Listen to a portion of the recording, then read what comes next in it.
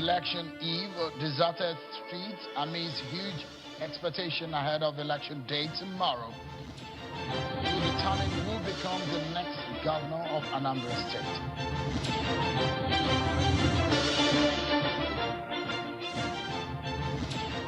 And the court today stopped the federal government from deducting over $418 million from state's account.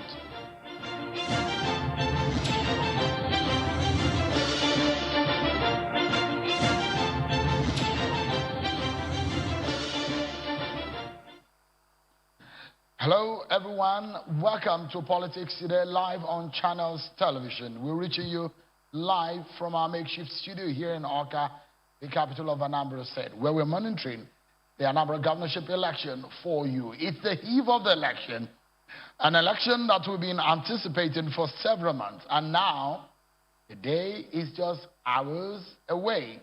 Welcome to the program, everyone. Before we get talking about the election proper, let's tell you about some very critical stories that you need to know. First and foremost, let's tell you that a federal high court in Abuja has stopped the federal government from unlawful deduction of $418 million from state's account. Justice Inyang Ekwo ruled that the federal government should stop or not go ahead from executing its plan to deduct $418 million from the bank account of the 36 states of the Federation. The judge issued the restraining order against the federal government following an ex parte application brought by the council to the 36 states, Senior Advocate of Nigeria, Jibril Okutapa, and Mr. Ahmed Raji. While moving the application, Mr. Okutapa, who led the legal team of the state, told the judge that the state will be completely crippled if the federal government should go ahead to deduct the huge amount from the bank accounts of its clients.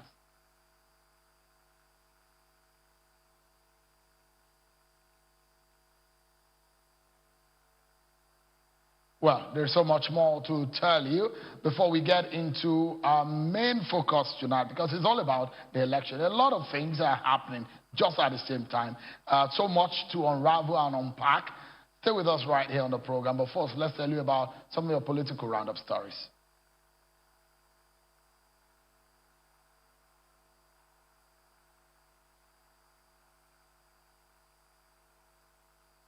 Well, then we'll bring you that just in a moment.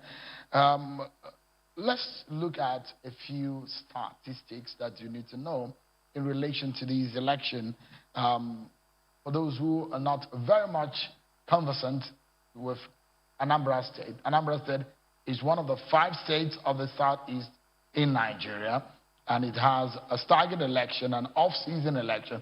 Off-season in the sense that the election does not come in the January elections like we had in 2019, 2015 when we had the general election. So it's a staggered election due to some legal issues that happened in the past that destabilized the calendar in the state. So Anambra State has a landmass of over 4,000 square kilometers with a population over 4 million as at the last census, and registered voters in the state is about 2.5 million and has 21 local government areas. Well, you might be wondering, what is the 21 local government? Why do you need to know the number of local government areas? It will be very important, because when we go into the mathematics of the election tomorrow, because as the law prescribes, that anyone that will be governor of any state in Nigeria must win 25% in 2/3 of the local government areas. So that is one reason why you need to know how many local governments there are in Anambra State. But we'll break it down further for you to have a sense of some of these areas with the highest voting population. Don't forget that INEC had created several polling units in Anambra State, several of them, not only in Anambra State, in several of the state of the Federation recently. So Idemili North has the highest voting population with well over 220,000 voters. Awka South follows with 188,000. Ogbaru local government 174. Onitsha South 161,000. And you can see as the list goes on. Well, the election day is just a few hours away now, but what we're seeing today in town, especially in Awka, the capital of Anambra State, are deserted streets. and somewhat a very, very, very low patronage to businesses. Some of them are even short. But we could see that police personnel, NSCDC, the military, we're seeing some kind of movement and activities of some of these security agencies in and out of town in readiness for tomorrow.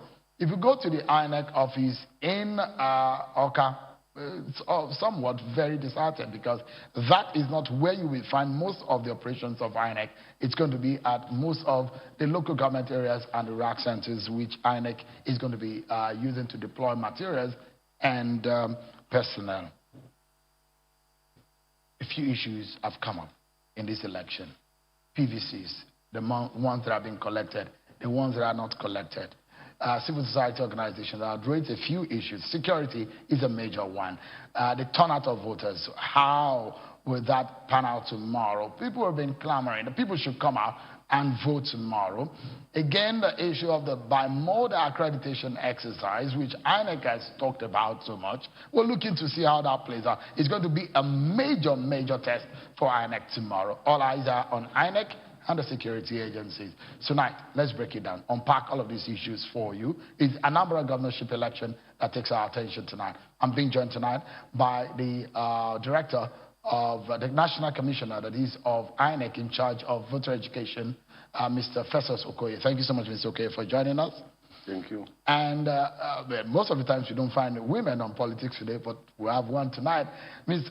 Obi is the convener of the election situation room. Thank you so much for coming tonight. Thank you for inviting me. And Samson Itodo is the executive director of Yaga Africa, one of the election observer groups monitoring this election. Thank you so much, Samson, for coming. Always a delight. And from our Abuja studio is Mr. Frank Umba, Commissioner of Police in charge of Public Relations of the Nigerian Police.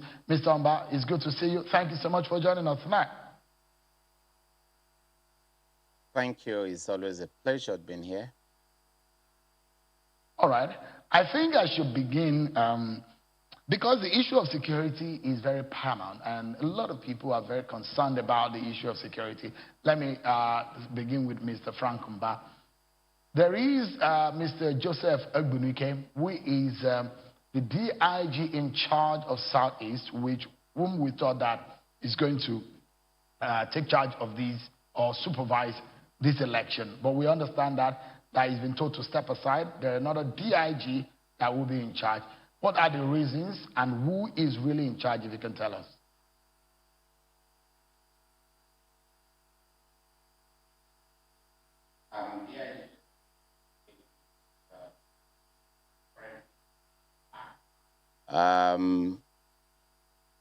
While DIG Zaki Ahmed, who has always worked with him on the whole security arrangements for this election, is right now on ground in Oka, and he has taken over the entire leadership and coordination duty of security around this election. The good thing here is the fact that before DIG Bunike returned to Abuja, he had brought his experiences to bear. He incidentally is from Anambra State, and so he understands the terrain very well. He understands the topography, he understands the culture, and he has been able to bring his local knowledge to bear in the operational deployment. Another beautiful thing is the fact that DIG Zaki, who actually is the DIG in charge of operations and whose baby operations of this nature naturally is, has been working with DIG Bunike. And so there is no lost ground, and there is nothing for anybody to worry about. The entire security arrangement that we've already put in place remain intact. Our men are fully on ground. We made a pledge with the people of Anambra State, and that pledge is that we will remain politically neutral in the course of our duties in the state. We also pledge to provide a level playing field for all political actors to actually play out their political games and exercise their franchise without let and hindrance. Nothing has changed and nothing will change. The question I asked why I brought the name of Mr. Egwenike up is the reasons behind the change. This is happening just on the eve of the election. And so when the news came to town, the question is why? That is what you have not told us. Well, again, you also understand that the DIG is from Anambra State. And the fact that he's from Anambra State has got its own pros and cons when you deploy such a person to actually superintend over the security arrangement for an election that is taking place in Anambra State. And so at the end of the day, he had performed the duties that he is expected to have performed up to this point, and he has been asked to return to Abuja. And the basic thing I just want to say here is the fact that the return of Egwenike to Abuja has nothing to do and will not in any way impact on the integrity of our security deployments. All right. Again, let me quickly jump onto the issue of the deployment. Sorry, Mr. Mba. Let me jump onto the issue. We just wanted the clarity, because in everything that is being done in this election, there is a need for transparency and also for everybody to be in the know clearly about what is happening, why decisions are taken, not just people being kept guessing on why things are done. That's the reason why I asked you that question. But let me quickly ask you a follow-up on your preparations. There are no so much of water bodies in Anambra State. So the concern that you have in some riverine areas in some other states might not come up. But we know we have a few of them. The southeast is landlocked. So the challenge of the intercity or intra-city or interstate travel becomes a problem, because there are several other states that you will not be able to travel to if you cannot go through Anambra State. For example, you might not be able to travel to Delta State, and in fact some parts of the southwest or the north, if you are not able to travel through Anambra State, and there is restriction of movement. So give us a sense of what you're doing in respect of monitoring those very difficult terrains. There are some perimeters of Anambra State that have proven difficult, where we've seen a lot of violence. What are you doing specifically to all of those? We've seen some helicopters. How many of them have you deployed?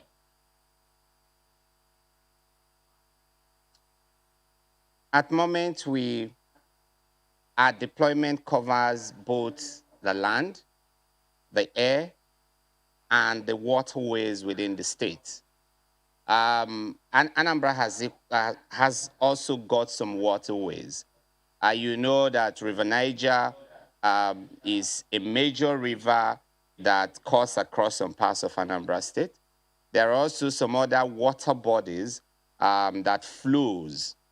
Some other water bodies that flow into River Niger. As a matter of fact, it is believed that the name Anambra State is actually a name that originated or that is taken from one of the rivers in Anambra State. So Anambra has got significant water bodies.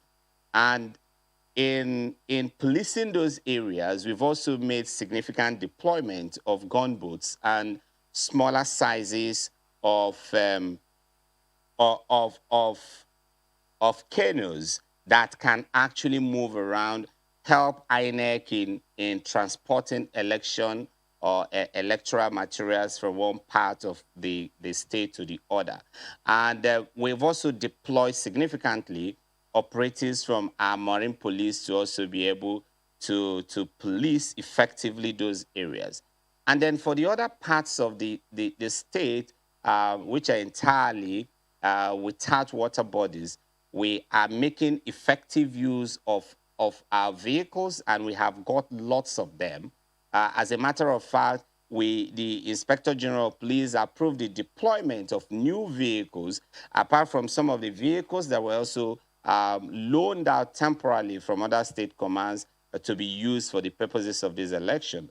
So for us, we have our deployment strategy is comprehensive. It is robust, and it covers entirely the every part of Anambra State.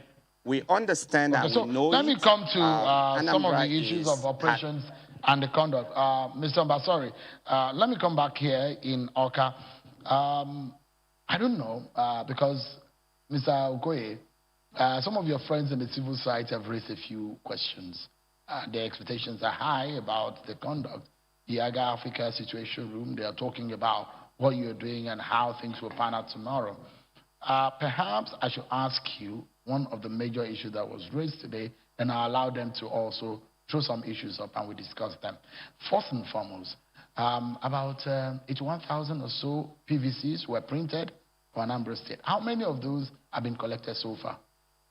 Well, as you pointed out, we printed a total of 81,772 permanent voters' cards. And these permanent voters' cards are for new registrants and also those who did transfer or those who had defaced PVCs.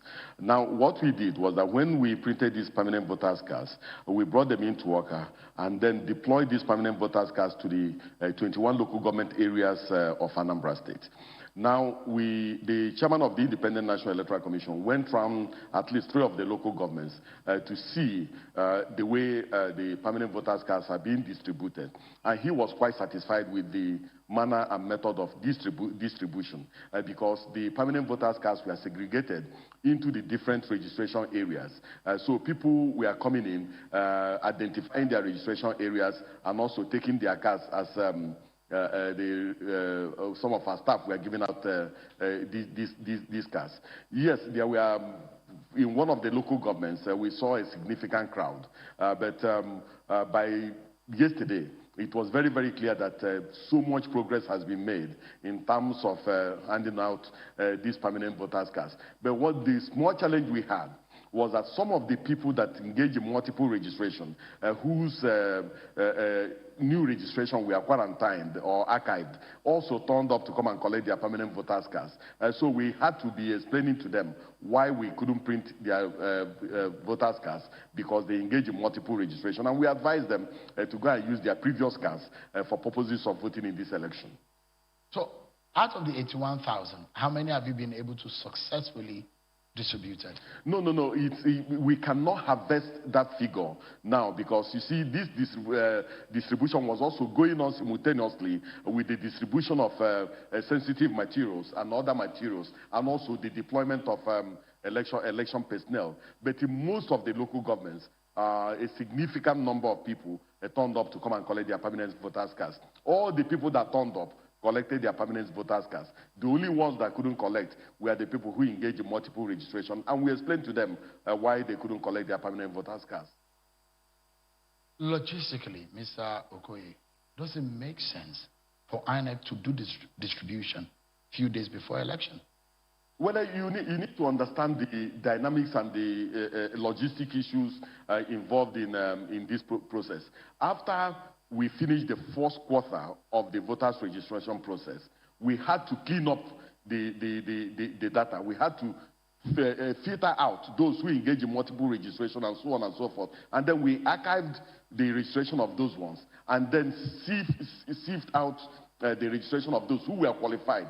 And then thereafter, we had to print the permanent voters' cards of these registrants. And then we had to bring them in.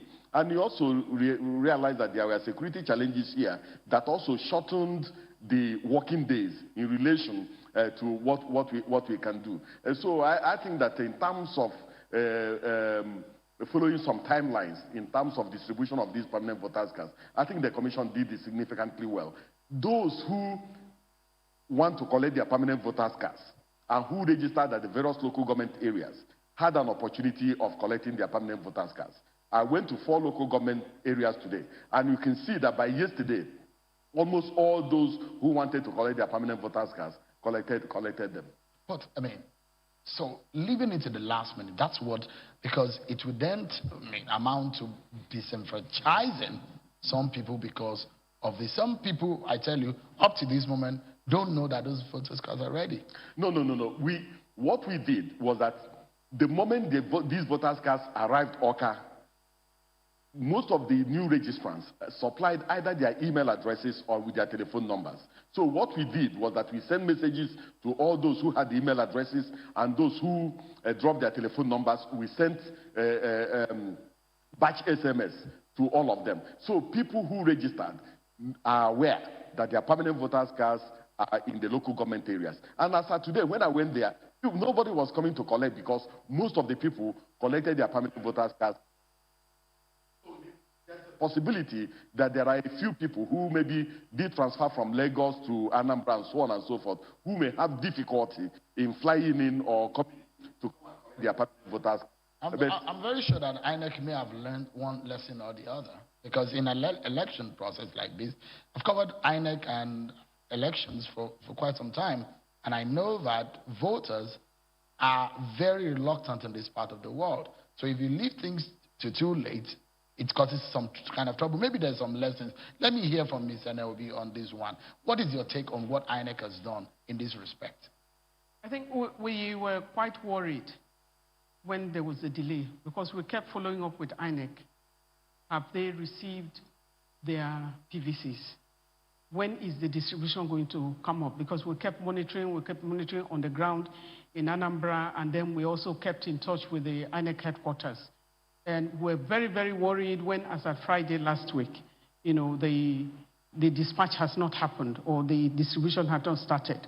And so until we followed up to Tuesday, when the distribution actually started, it's okay to have a good network, an improved network in terms of distribution, because we were told as soon as it came, there were lots of canopies and all of that, and then they started according to the codes.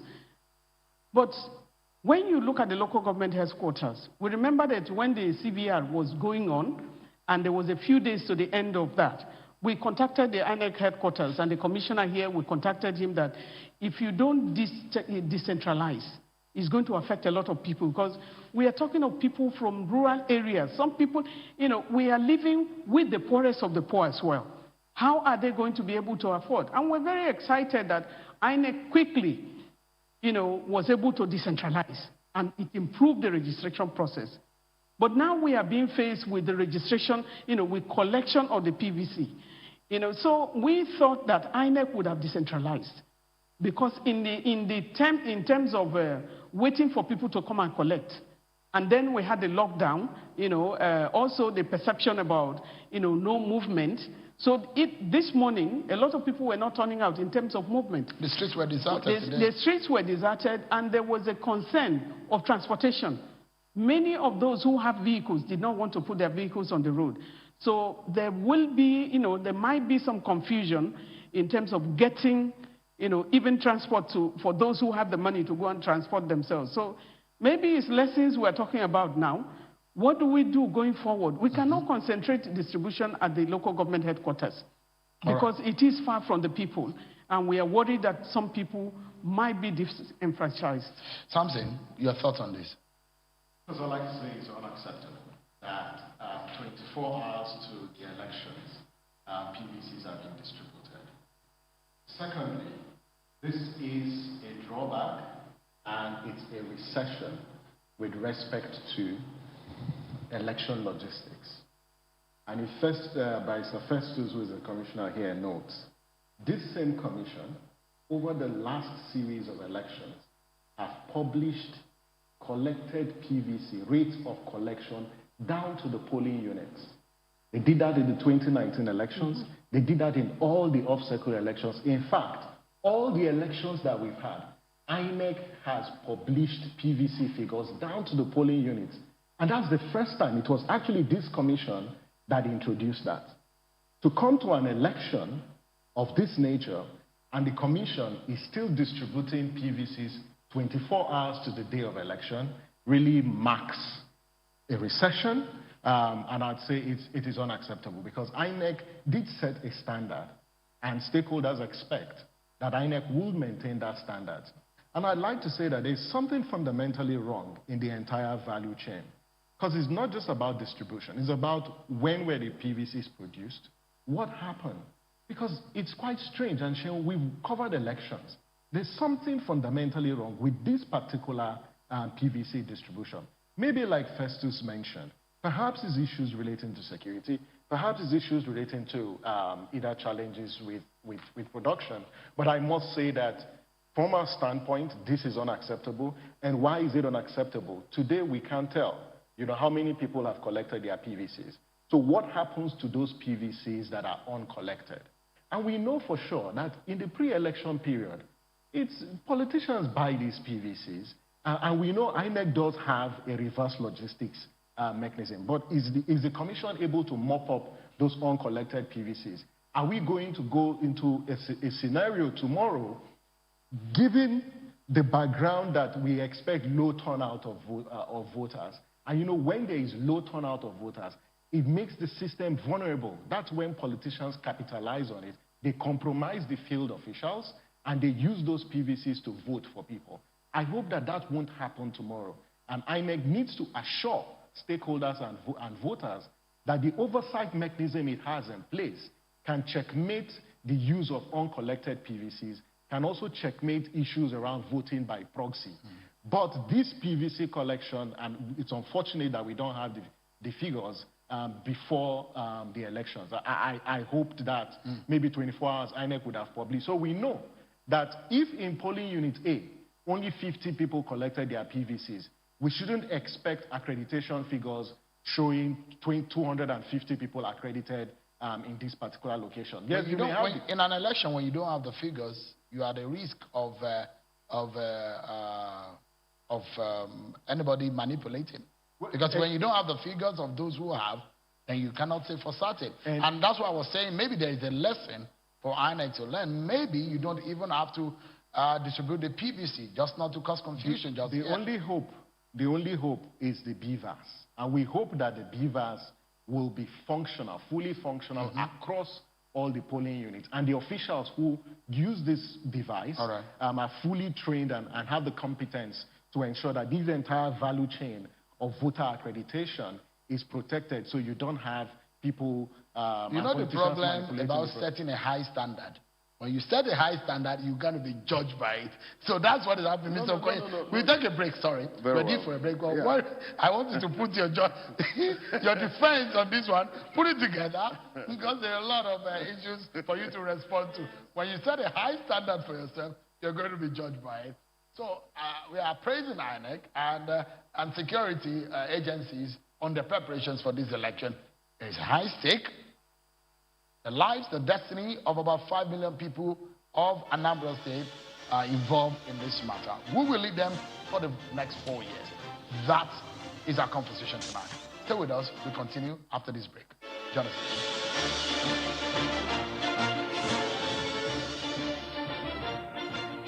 Welcome back to the program, everyone. It's Politics Today, live on Channels Television. Welcome back to our makeshift studio in Awka, the Anambra State capital, where we're monitoring the election for you, giving you blow-by-blow details of how things are going down in this election. It's just a few hours before the election. Polls will open tomorrow at 8:30 a.m. and close at 2:30 p.m. For the person who is going to be on the list, well, don't let me go by telling you doing the job of INEC, because we have INEC. Mr. Okoye, he's the National Commissioner for INEC, in charge of voter education and publicity. Thank you so much for coming tonight. Mr. Naobi is the convener of the Civil Society Election Situation Room. Thank you so much for coming. And Sam Sin Itodo is the Executive Director of Yaga Africa, one of the observer group for this election. In our Abuja studio is the spokesperson of the Nigerian Police Force, Commissioner of Police, Frank Mba. Thank you so much, gentlemen and lady. The conversation around the distribution of PVCs, I'd like you to, I know you wanted to respond to the concerns raised by NA and something. What are your responses to Well, I think that it is important to situate this election within the context and compass of what is going on. We all know in this country that this is not a normal election. This is a very unusual election being conducted at a very, very difficult period. And I think that the whole country recognizes this fact. The people of Anambra recognize this particular fact. And that is why you have an unusual number of security personnel deployed for this particular election. If this election was a normal election, some of these issues wouldn't even arise. Now, when we started the continuous voters registration exercise, we couldn't deploy to the registration areas the way we normally deploy on account of security challenges. We had meetings and meetings and meetings with the various security agencies, and the advice at the end of the day was that we should roll out and roll back if there's a problem. And we were advised to roll out to the various local government areas first and see whether we can handle the security issues and security concerns around that in various parts of the country, not only in Anambra State. And we did. But because Anambra State has an election, we decided to take the risk and we rolled out to the various registration areas. And that was why we had the number of registrants we had. And then at the end of the day, because there were so many people who engaged in multiple registration, we had to clean up the register. And then thereafter, we printed the register of voters and handed over to all the political parties. And then after the cleanup, we came to the realization that around 76,000 new registrants are valid. And we had to print their permanent voters cards, and then also printed the permanent voters cards of those who did transfer, and then brought them in, and then deployed to the local governments. But we couldn't deploy to the registration areas also on account of security challenges. So when we are talking about the challenges of distribution and so on, we must also realize the context and complex nature of the issues the question we are dealing with. Just a second. You raised a very important matter, yes. And we sympathize with INEC. No, because it's an unusual situation in Anambra. But yes. the question is that, when did you produce those PVCs? Well, these PVCs were produced immediately we finished the cleanup.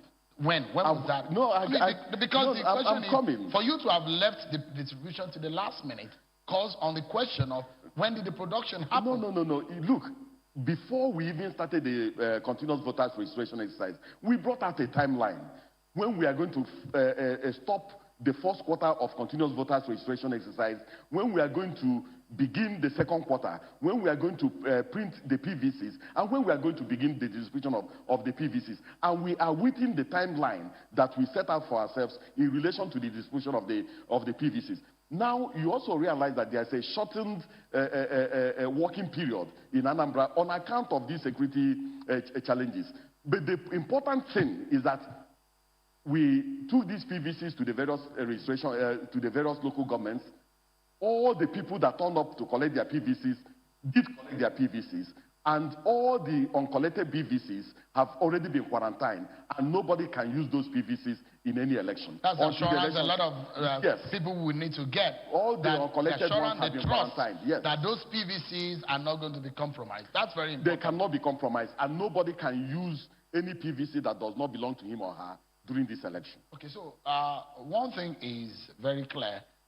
Give us a rundown of when the polls will open. Does it remain the same? 8:30 a.m., 2:30 p.m.? Exactly. Does that remain? It remains, yes. Okay, so and the device that is going to be used tomorrow, how, for those who have not participated or who have not used it, have not come across that device, what does it look like and how will it be used? Well, it's a multifunctional device we are going to use for various purposes tomorrow. Now, for purposes of accreditation, we are going to use the fingerprints for purposes of accreditation. But if your fingerprint authentication fails, then we can use your facials. And then if your facial fails, then there's a QR code embedded at the back of the permanent voter's card. The BVAS has the capacity to read that QR code, and it brings out all your biometrics. If that one fails, the implication is that you are not who you purport to be, and we will not allow you to vote. So even if the person has his photo on the PVC, the PVC has to be electronically aligned with the beavers. Exactly. So then you will also use the beavers to transmit results. We are going to use the beavers to upload polling unit results into our INEC results. Upload and transmit. I'm telling you what we do and what we are going to do. We are going to upload polling unit results into our INEC result viewing portal. But what we are uploading will not be used for purposes of collation, and it will not be used for purposes of declaration and return during the election. So it's just going to be an academic exercise? It's not an academic exercise. It gives this particular process some level of transparency and some level of trust. Look, what it does... Yes, I know how important it is. When I said academic, because it's a lawyer too, it was laughing. Because I do think it brings to the question of the amendment to the Electoral Act. Because now, if it's not going to be validly used, I'm not sure that it can also you can take it to court and challenge it, because then that's if my use of academic is right in that sense. No, you're right.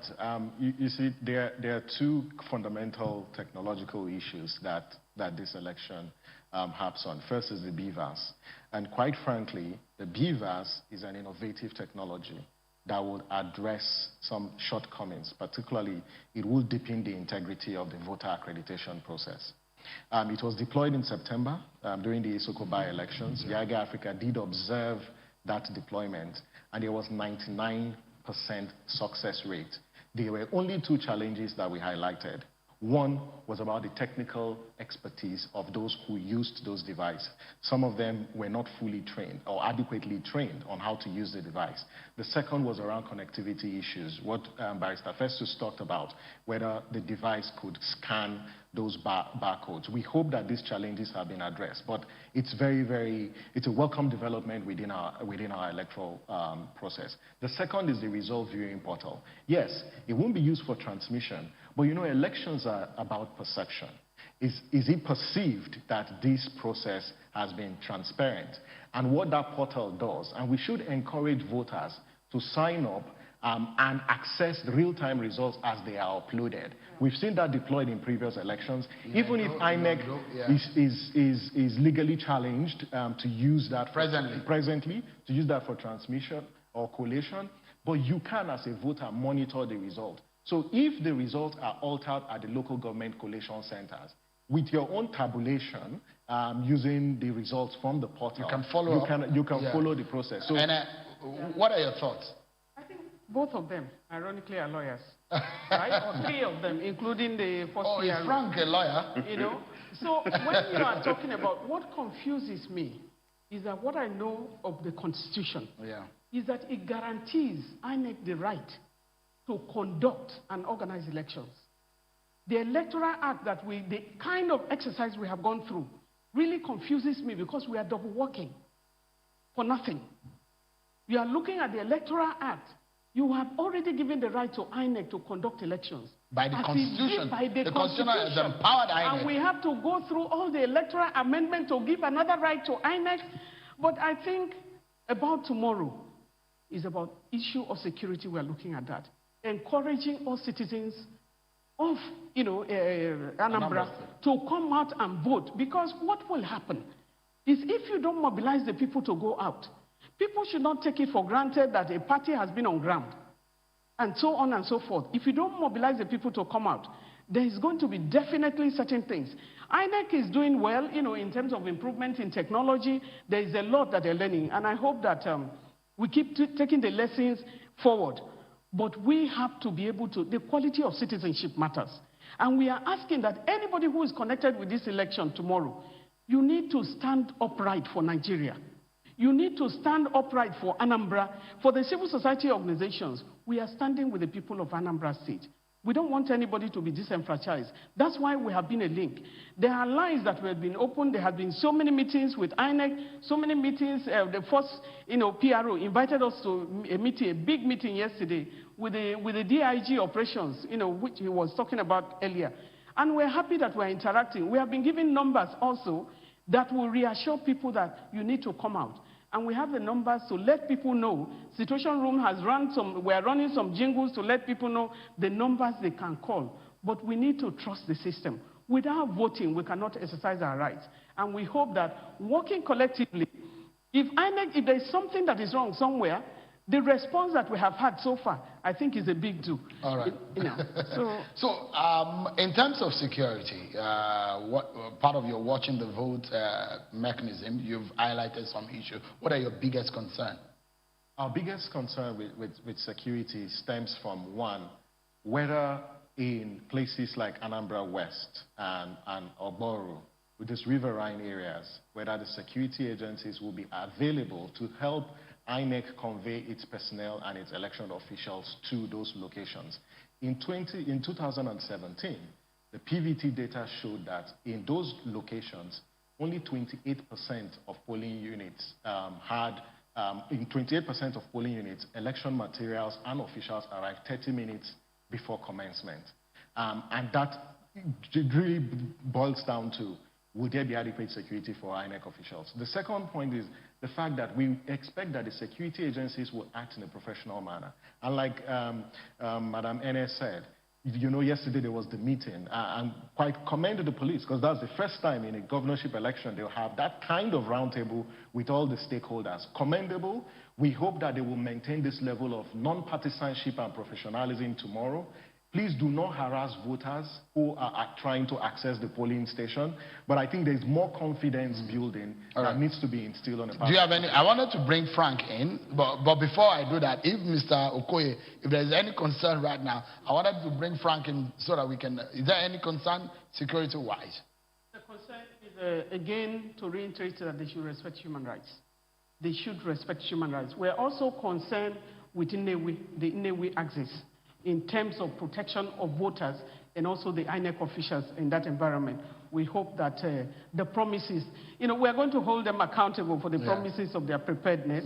And at the end of the day, we're happy that at least we can interact with them online. The 38,000 that the IG promised that they will deploy, the police alone, have they deployed it? Have you seen any?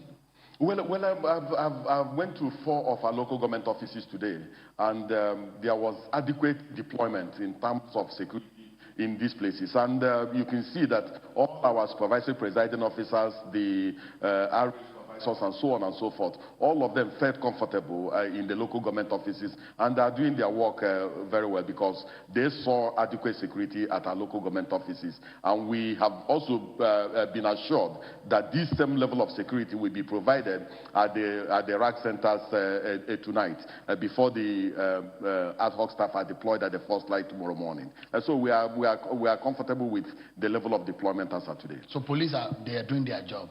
The security agencies have deployed adequately. So, because if not, let us hold Mr. Umba. Let's hold him accountable tonight. Mr. Frank, I wanted them to just raise some concern, but it does look like my guests here in Oka, they seem to be a bit comfortable with what they've seen so far. But react to some of their concerns so far. I think, Sheo, you love to stoke trouble. Your guests, whether you're talking about Festus or talking about Madam Ene or talking about my brother Samson, they've all told you expressly how nicely and how well our deployment, at least what they've witnessed, and yet you dig in and dig in and dig in. Well, be assured that you won't have any fault in this election. We have multiple layers of deployment, and we intend to actually do everything within our capacity, operationally and administratively, to ensure that we're able to take charge and take care of every problem. And a bit of correction, our deployment is not 38,000, it's actually about 34,000, let's say 35,000. And again, for those who have also raised eyebrows about the numbers, I would rather say it is better to err on the part of surplusage than to err on the part of inadequacy or insufficiency. And because this is an off-cycle election and we have the luxury of extra hands, we have the luxury of both operational access and human resources, we needed to make the best use of it, of them, and ensure that we are able to cover the field and cover the field effectively. Yes, I understand the concerns of the civil society organizations on respect for human rights. Again, we're doing our best to ensure that our policemen are not just firm and decisive when necessary, but that also that they are friendly and citizen-oriented. We must create an enabling environment for everyone to be able to exercise their franchise. We don't want our presence to be a deterrent. Rather, we want our presence to be an encouragement, a factor that will encourage citizens to turn out en masse, a factor that will build confidence on citizens and ensure that they're able to come out without fear of any form of intimidation or harassment. We are paying very special attention to persons with disability. We are paying very special attention to the aged. And tomorrow, we've also, the IG have given very strict instruction to policemen to give priority in case there are long queues for persons who are pregnant, for nursing mothers, for the aged, and for persons who are physically challenged. Yeah, it's part of the guidelines of INEC. Thank you so much, Mr. Frank Kumba. I hope I will not be arrested, because now that you have declared on TV that I'm stoking trouble, anybody could be arrested for anything. I mean, just for saying, now, you're causing trouble. Don't worry, you won't be arrested. Don't worry. That's a friendly fire, so don't worry. I was just trying to get us to deal with the issues, but we need to close now. And I'd like us to just wrap up and get our closing thoughts. Samson, let me begin with you. Your closing thought. What do you expect tomorrow? What I expect is the polling units will open early tomorrow, and at 8:30, voters will show up, and their votes, they cast their votes. The machines will work perfectly, but also in the results collation and transmission, that process is transparent, devoid of any form of manipulation. And to also restate that for civil society, we're here, we've deployed the PVT, and we will be in a position to determine whether or not the results declared by INEC are a reflection of the ballot cast. All right, Ms. Obi? The situation room is open. We call for transparency and accountability, and we are holding both INEC and also the security agencies, to account with all the promises that you have made. Mr. Okay, spotlight yet again on you. Yes, our promise to the people of Anambra State is that the votes of the people will be the only source of truth on who gets elected tomorrow. That's a very good one, and that's a very good place to leave it. I must sincerely thank the panel tonight. It's fantastic, fabulous thought that you've shared. Those who are going to hold accountable, I have Mr. Festus by the trouser, and I have Frank Kumba also by the trouser, holding them accountable to, by the trouser, not literally though, but you understand what I mean, holding them accountable to some of the commitment you've made. But thank you so much, gentlemen and ladies, for coming tonight. It's a very good, it's a delight having you guys. Thank you. But that's our show for tonight, everyone. Do stay with us right here on Channels Television, because you know what? We have men and women deployed for this election right here on the best television station in Nigeria. The NMMA says it, and so it is. We are the best for politics and news in Nigeria. Your news leader. Thank you so much, everyone, for watching. Our studio opens for election tomorrow at 8 a.m.